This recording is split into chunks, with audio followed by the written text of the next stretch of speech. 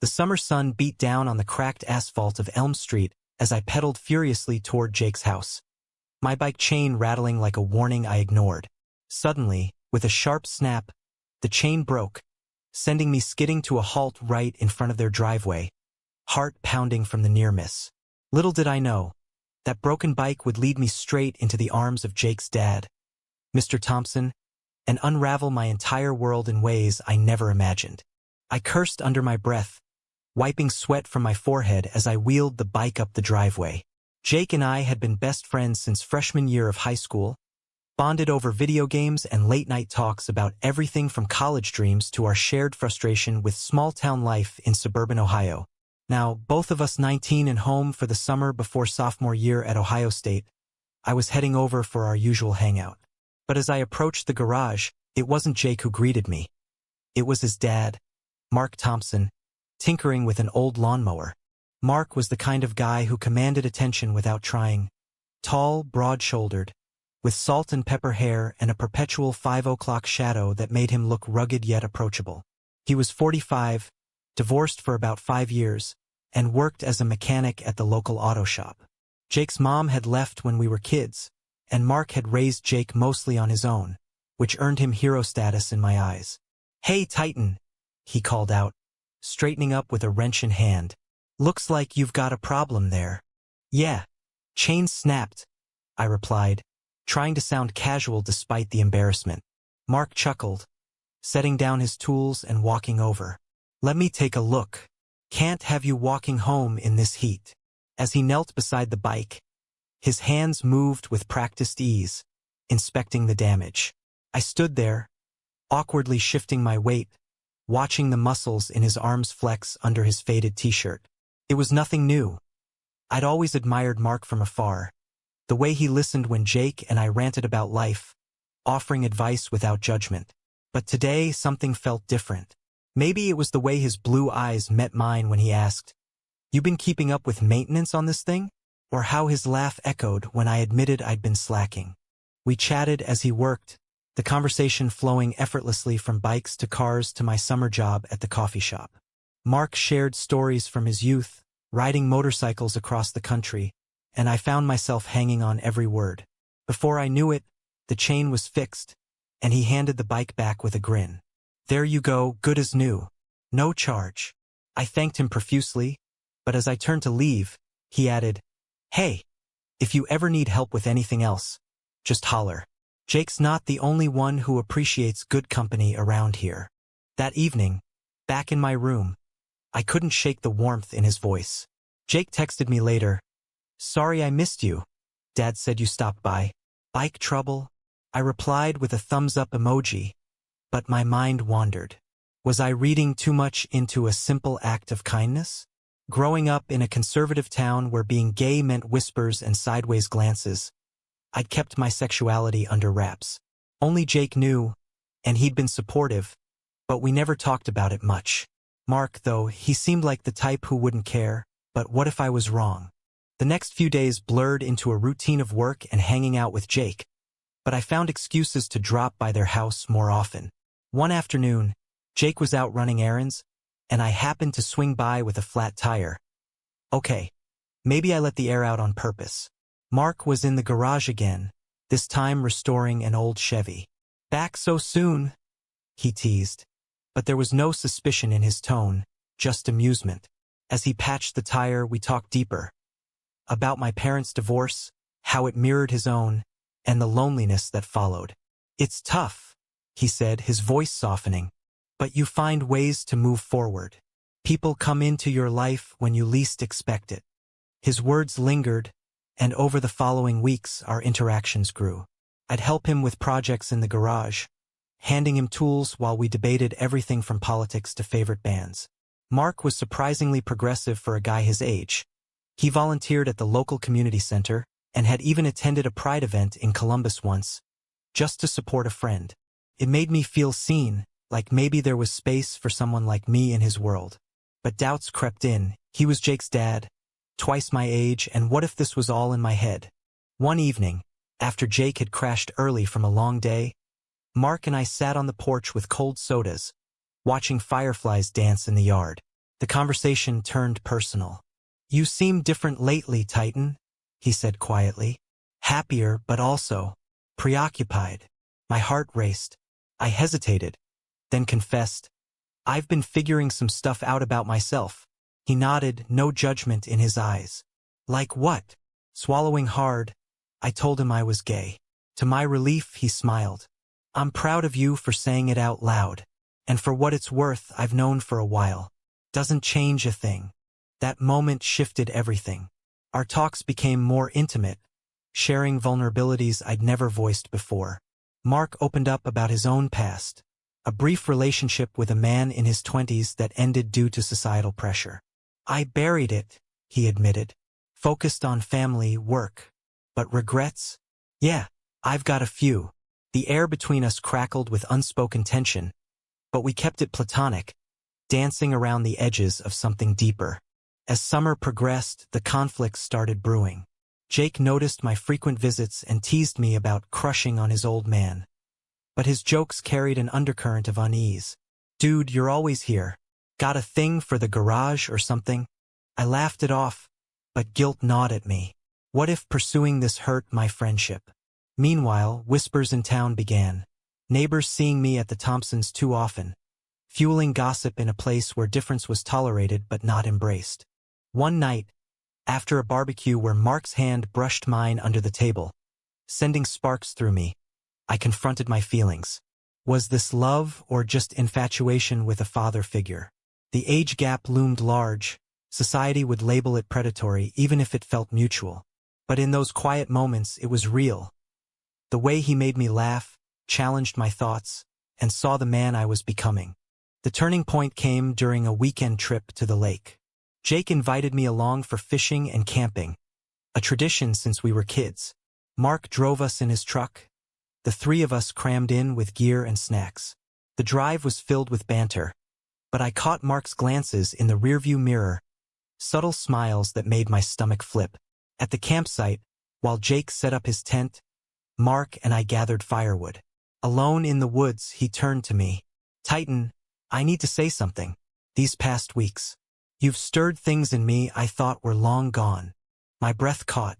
"Me too," I whispered. We didn't kiss or anything dramatic, just stood there, acknowledging the pull. But back at camp, Jake's mood soured.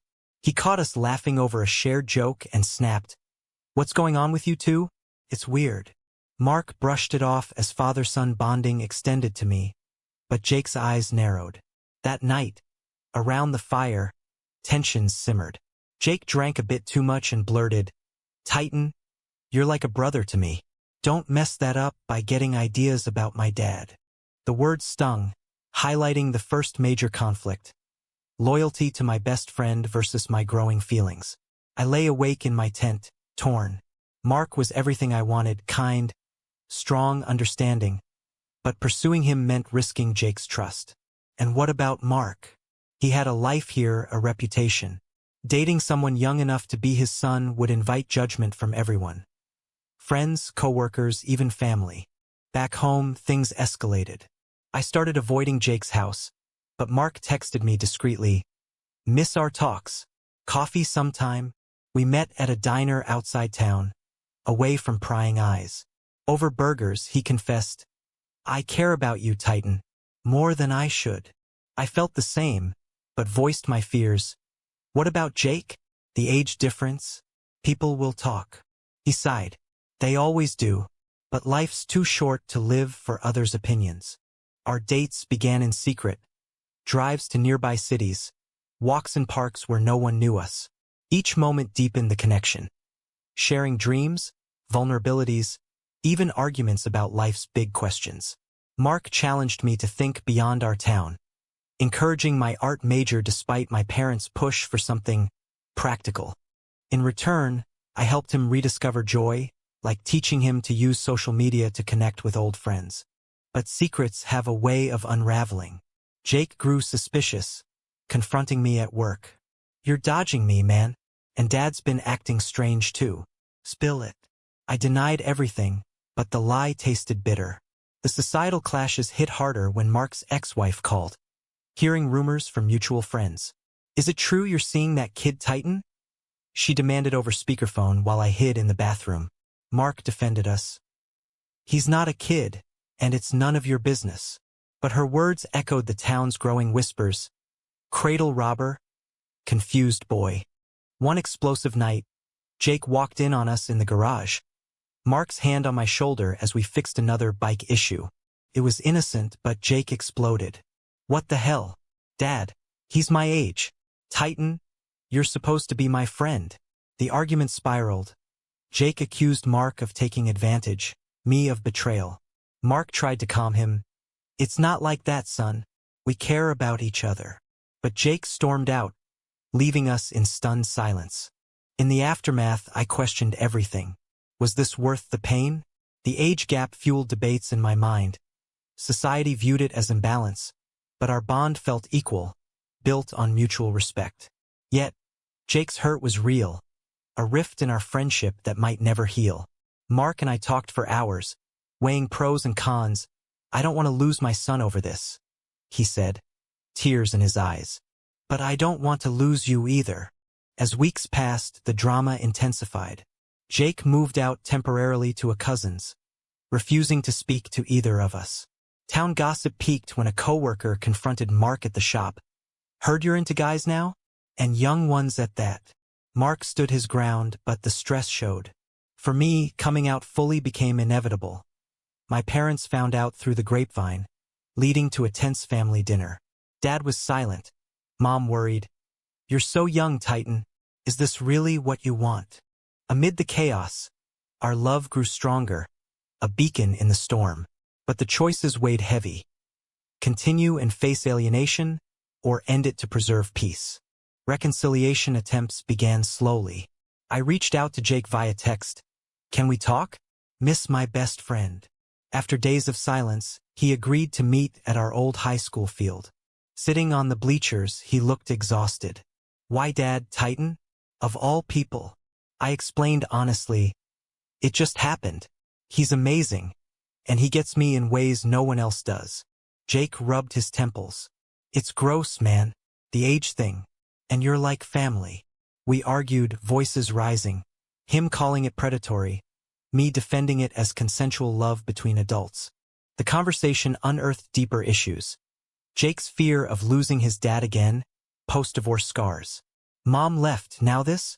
Feels like I'm being replaced. My heart ached. I hadn't considered that angle. We parted without resolution, but it was a start. Meanwhile, Mark faced his own battles. At work, colleagues distanced themselves, subtle homophobia surfacing in jokes about his midlife crisis. He confided in me. Never thought I'd deal with this at my age, but for you, it's worth it. Our relationship evolved amid the turmoil. We attended a support group in Columbus for LGBTQ plus families, hearing stories of similar age gap couples navigating judgment. It bolstered us, but real life intruded. My college roommate, upon hearing, warned, Dude, that's risky. What if he's using you? Doubts crept in. Was Mark reliving his youth through me? But his actions spoke louder, helping with my tuition, encouraging independence.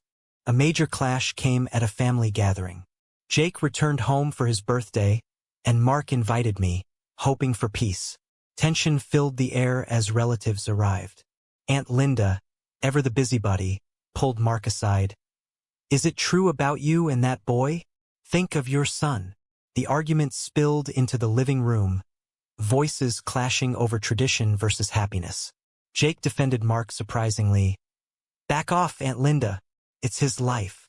But later, he cornered me. You happy now? Tearing the family apart. The emotional toll mounted. I struggled with guilt, questioning if love justified the pain. Society's lens amplified everything. The age difference sparked debates on power dynamics, even among progressive friends. One night, alone in my apartment, I broke down, calling Mark. Is this too much? He drove over, holding me as I cried. Love isn't easy, Titan, but denying it hurts more. High drama peaked when Jake discovered old letters from Mark's past relationship, revealing his dad's long-suppressed bisexuality. You hid this from me? Jake yelled during a heated confrontation. Mark admitted, I was scared, didn't want to burden you. The revelation shifted Jake's perspective. He saw Mark's humanity, the years of sacrifice. Slowly, bridges mended. Jake joined us for coffee, awkward at first, but honest. I don't get it, but if you're happy, just don't make me third wheel. As fall approached, college loomed. The distance, me back at OSU, Mark staying put, added another layer. Long distance. I worried. He smiled. We've faced worse, but underlying conflicts persisted. Societal acceptance, family healing, personal growth. Our story became a mirror for broader issues: queer visibility in conservative areas, intergenerational love, friendships resilience. In quiet moments, the romance shone. Stolen weekends, deep conversations under stars. Yet, choices loomed. Prioritize the relationship or step back for everyone's sake. With school starting, the separation tested us. Video calls bridged the gap, but loneliness crept in. Mark visited on weekends, exploring campus life with wide-eyed curiosity. Never went to college myself, he mused during a walk through the quad. Living vicariously through you. Those visits sparked envy from peers. Your boyfriend's hot, but also raised eyebrows from professors who mistook him for my dad. Back home, Jake adjusted, our friendship rebounding through group chats and visits. But a new conflict arose: Mark's health scare. A routine checkup revealed high blood pressure, stress-induced. All this drama isn't helping, the doctor said. Guilt hit me hard. Was I the cause? Mark reassured. Life stresses, not you. But it forced reflection on sustainability. Age brought realities, health, future plans. What happens in 10 years? I asked one night. He paused. We take it day by day. Societal pushback intensified when a local newspaper ran an anonymous op-ed on inappropriate relationships, clearly inspired by rumors about us. Friends divided. Some supported, others distanced. At a campus LGBTQ+ event, I shared our story anonymously, sparking heated discussions on consent versus exploitation. Age gaps can work if equal, one argued. But society sees predator, another countered. It mirrored my internal battle. Drama climaxed during Thanksgiving break. Gathered at the Thompsons, tensions boiled. Jake's girlfriend, supportive but blunt, asked, How do you handle the stares? Mark laughed it off, but later, alone with me, admitted vulnerability. Sometimes I wonder if I'm holding you back.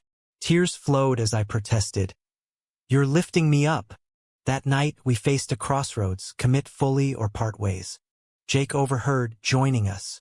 If you two are serious, I'll back you. But Dad, promise you'll be careful with his heart. The moment was raw, emotional, forging a tentative family unit. Yet, external pressures mounted. My parents, initially distant, invited Mark for dinner.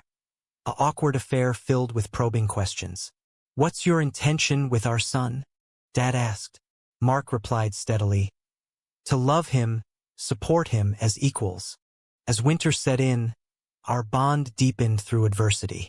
We volunteered together at a queer youth center, helping others navigate similar struggles. It gave purpose, but highlighted disparities. My youth's optimism versus Mark's seasoned caution. A heated argument ensued when I pushed for public acknowledgement, posting a photo online. Not yet, he said. Too risky for work. Frustration built. Are you ashamed? He wasn't, but fear lingered. The turning point was a community event where a speaker shared an age gap success story. Inspired, Mark agreed to go public gradually. But just as hope bloomed, Jake dropped a bomb. I'm transferring schools to be closer. Need space from all this. His choice stung, underscoring ongoing rifts. Through it all, emotions swirled. Love's joy clashing with pain's reality. Choices defined us. Embrace the controversy or retreat. Spring brought renewal, but challenges persisted. With Jake at a new college, communication improved via calls, his acceptance growing. Seeing you two happy makes it easier, he admitted. Mark and I settled into a rhythm. Weekends together, supporting each other's worlds. But a major test came when Mark's job offered a promotion, requiring relocation to Chicago. "It's a fresh start," he said excitedly. "Come with me after graduation?" The proposal thrilled and terrified. Leaving Ohio meant escaping judgment but abandoning roots. My parents opposed. "You're too young to uproot for a man." Friends debated. Some saw adventure, others folly. Internally, I weighed. Was this true love or escape? Mark sensed my hesitation. "No pressure. Your future first." His selflessness sealed it. I said yes, but doubts lingered. As moving day neared, conflicts peaked. A farewell party turned sour when old neighbors confronted us. "Think of the example you're setting." Mark stood firm. "Love is love." The exchange went viral locally, drawing both support and hate online. We faced trolls questioning our motives, amplifying societal divides on queer age gap relationships. In the chaos, our emotional core strengthened. Late nights packing, we reminisced. From that broken bike to now. "You fixed more than my ride," I told him. He smiled. "You fixed my heart." But Jake's visit brought tears. He hugged us both. "Proud of you, Dad. And Titan. Take care of him." Settling in Chicago opened new chapters. Urban anonymity allowed freedom, but distance from family tugged. We built a life, shared apartment, new friends, therapy for lingering issues. Yet, reflections on choices haunted. Did we prioritize self over others? Society's evolving views helped. More stories like ours emerged, normalizing what once seemed taboo. Years blurred, but that summer's spark endured. Looking back, the drama, conflicts, and controversies shaped us. Love won, but at what cost? Was it right for Titan to pursue a relationship with his best friend's father, knowing the potential for family and societal upheaval?